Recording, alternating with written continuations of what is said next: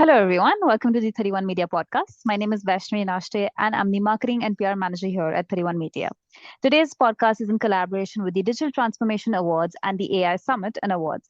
These are two separate B2B events organized by 31 Media. If you are interested in attending or exhibiting your tech solutions at any of our events, please follow the link in the description to do so.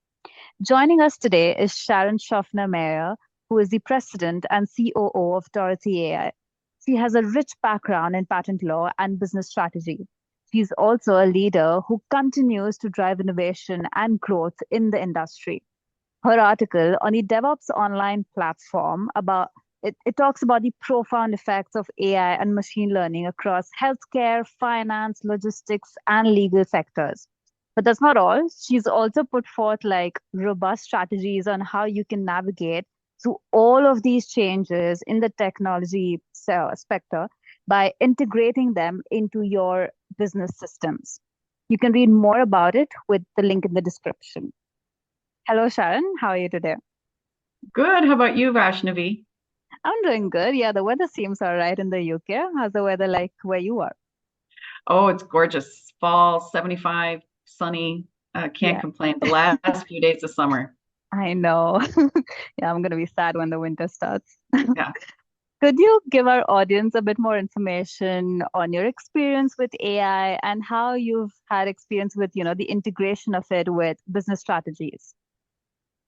sure. At Dorothy AI, we're at the intersection of AI innovation and patent law, which gives us a bit of a unique perspective. So we work with cutting edge companies and law firms and innovators who are developing AI technologies, but we also practice what we preach and we build AI-based tools ourselves to help our clients.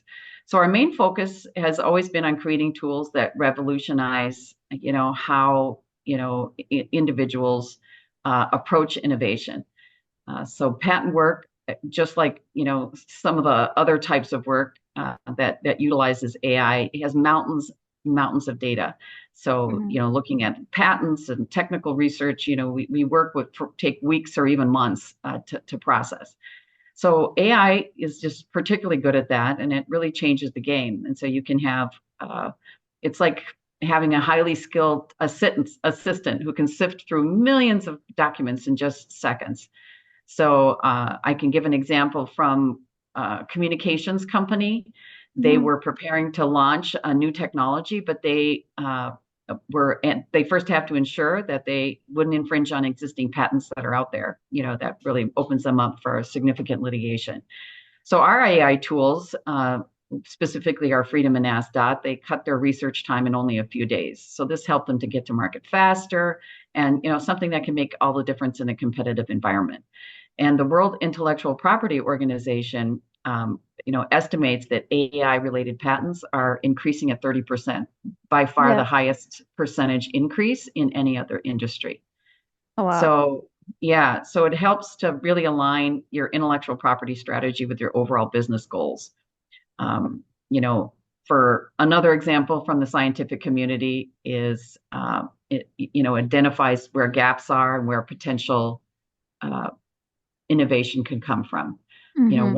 One study found that drug discovery, which there was just a recent spat of information about that, could reduce R&D costs by 70%, shorten time to market by 2 to 3 years, Wow. which can really make a difference. And Yeah. and it's really important to have that strategic insight so you can avoid duplicating what's already been patenting or focusing on developing groundbreaking innovations in untapped areas. It's no longer just about managing your portfolios. It's really about steering the entire business towards where the real opportunities lie. And I think AI also democratizes access to innovation. Smaller Mm. companies, which traditionally might not have had the resources to conduct extensive patent research, can now leverage AI tools to compete at the same level as industry giants. You Hmm. know, so that's kind of my thoughts on that. Yeah, that's some really good insight there. And yeah, I completely agree with how quicker and how it's helping us to build things more swiftly these days. And in your experience, like going forward, how do you see AI and machine learning remaking traditional models of business? So I think AI is changing, business in ways that go beyond just making processes faster and more cost effective. It's really prompting a rethinking of how businesses operate altogether. We're Mm-hmm. seeing this across all industries, from healthcare to finance and beyond. Yeah. I have some examples for for healthcare. AI programs, they're now scanning medical images to detect diseases, and really sometimes better than humans.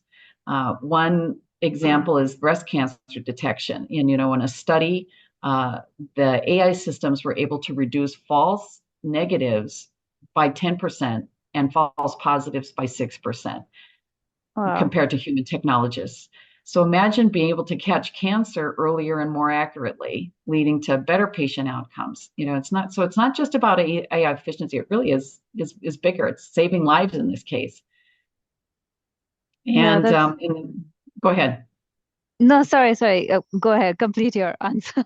Oh, I was just going to say, and legal sector, which Yeah. AI has become indispensable in research and strategy and drafting. At DorothyAI, we've seen our clients reduce their patent research time by 40% on average using our tools. But it's not just about the efficiency. It's about, having human talent, enabling human talent to focus on higher strategy strategy activities to help Yeah. make better decisions rather than on repetitive time consuming tasks.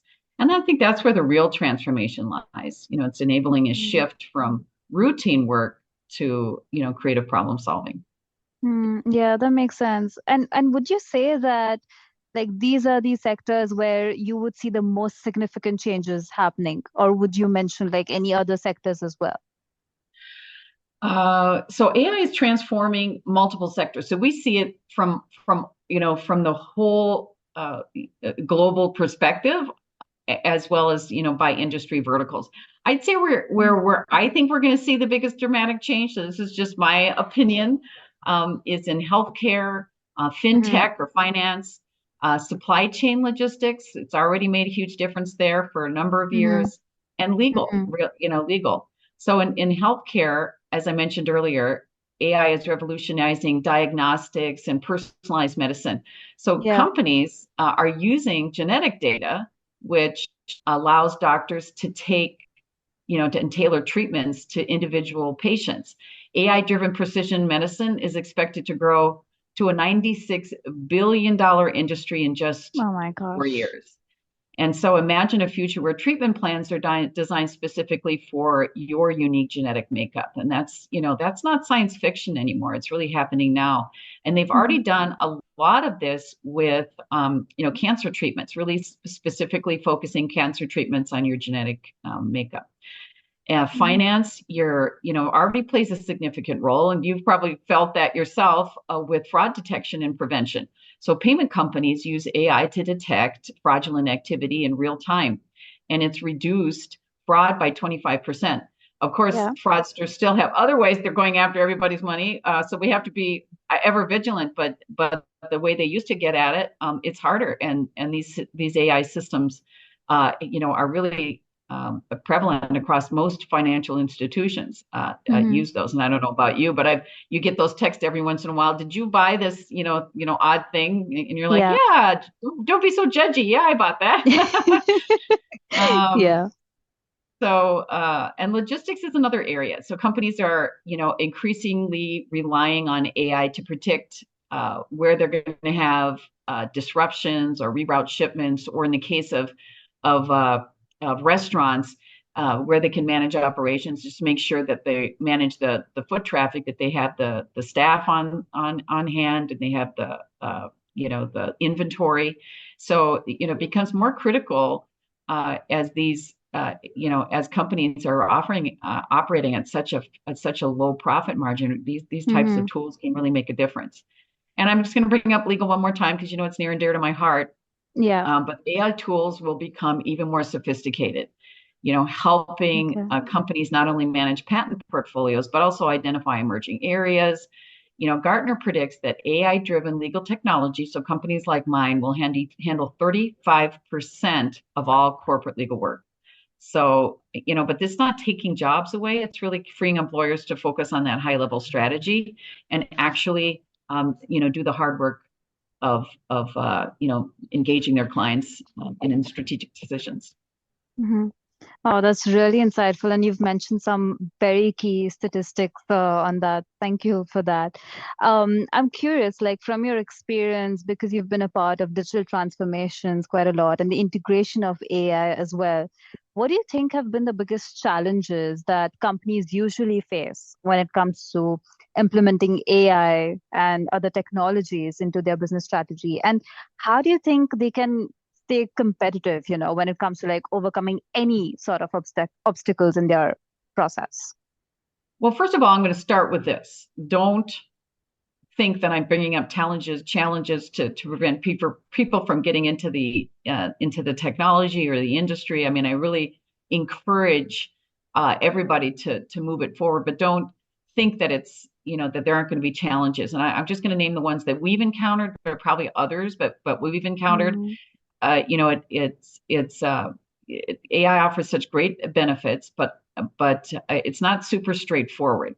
And one of the biggest challenges is the cost and complexity. yeah, So it requires a significant upfront investment, not just in terms of money, but also time and talent. So for us, we collaborated with Carnegie Mellon University and to develop our tools and our technology, and it's changing all the time. And so you really have to have people who are really up on what technology you need and constantly be able to incorporate that. So we elected to create an ecosystem where we can add models and change our models all the time. So as new ones come out, we just added a transformer technology recently. So you really want to create that model. So it's very important, I think, to think about um, uh, hmm, integrating uh, the technology and also understanding that complexity. yeah, So, but I don't want to discourage. I mean, 60% of companies are citing high cost as a barrier, and they don't want to get into it. And really, hmm, it is a barrier, but plan for it. But it's not insurmountable, and just plan for it. You need to address that.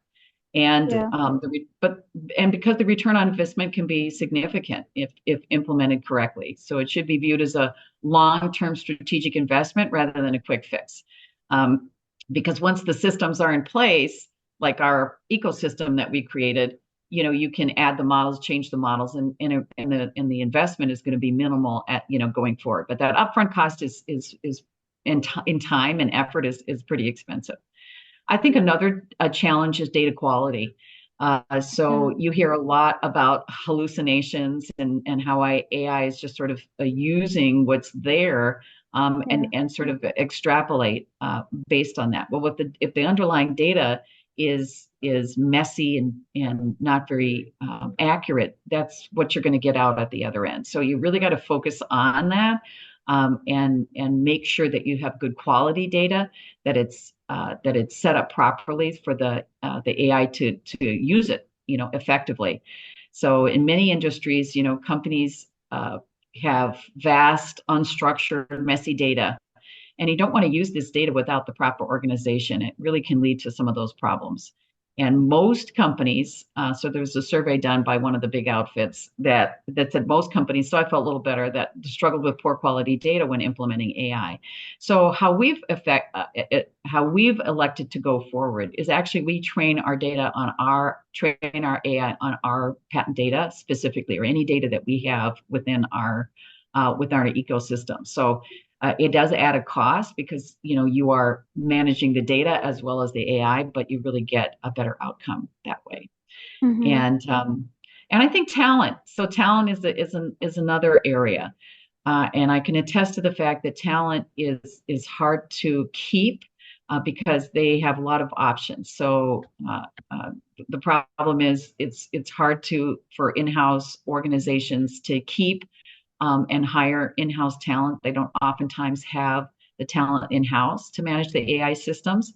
So it really is important to have collaboration. So at Dorothy, we work closely with our clients to help them integrate AI seamlessly within their workflows. So combining their data with our global data sets for richer insights that's really custom to their environment. And so those collaborations are pretty important. So that talent gap is important. I just want to touch on ethical because it's I was about to significant. ask. Yeah. Yeah, yeah. So I think if we think about the AI practices, Mm-hmm. it's critical for a long-term success of any business. So it's something that Mm-hmm. we on the legal side, risk adverse type of people, we really definitely want it to manage. But companies are need to make sure that decisions are transparent, they're fair, Mm-hmm. and that they respect individual rights. So let's talk about data privacy with regulations in place for consumers like GDPR in the UK, where you are, and California Consumer Protection Act. Yeah. Companies are under increasing pressure to manage personal data responsibly, and that includes the AI systems. So AI systems must comply with these regulations and ensure that the data is anonymized and that individuals have control over their data and personal information. And another fear that's really in our sector is that the data will be used in training the AI.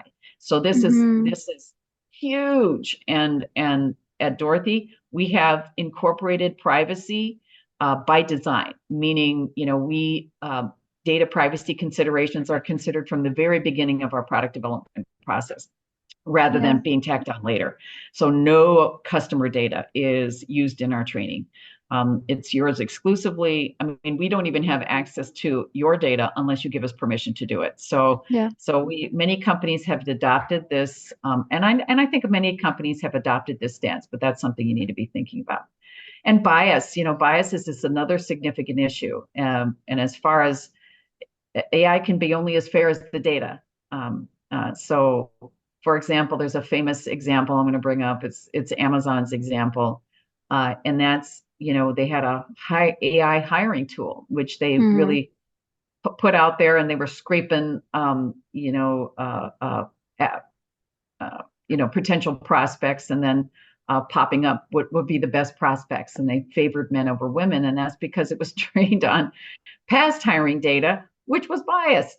Oh So my God. they Yeah. scrapped it. Yeah. So you really need to train on diverse and representative data, and really keep tabs on the impact of what exists on how you want to proceed forward. And transparency. I think companies are really looking at how they can be more transparent in how their algorithms work, and Mm. how the processing of the data works. You can't really get into the AI brain, but you can certainly say here are the factors that are weighted, and giving some transparency to how things are weighted, so how it goes through the information. Yeah. Wow, that's been like such an insightful answer, Sharon. Thank you so much.